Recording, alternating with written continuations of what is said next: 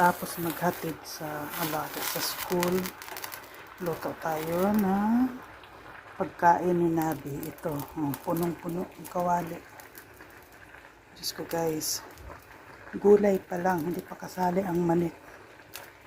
Ang mahal ng gulay ngayon.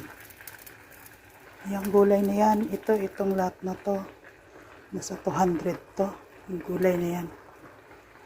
Pagkain lang yan ni Nabi. Para lang yan kay Nabi. Tapos ang manok, hindi pa kasali, nandyan yun sa loob. Na makita ito, palalambutin ko lang to. Dandahan lang ang apoy. Para tumamaya sa pagkain ni Nabi.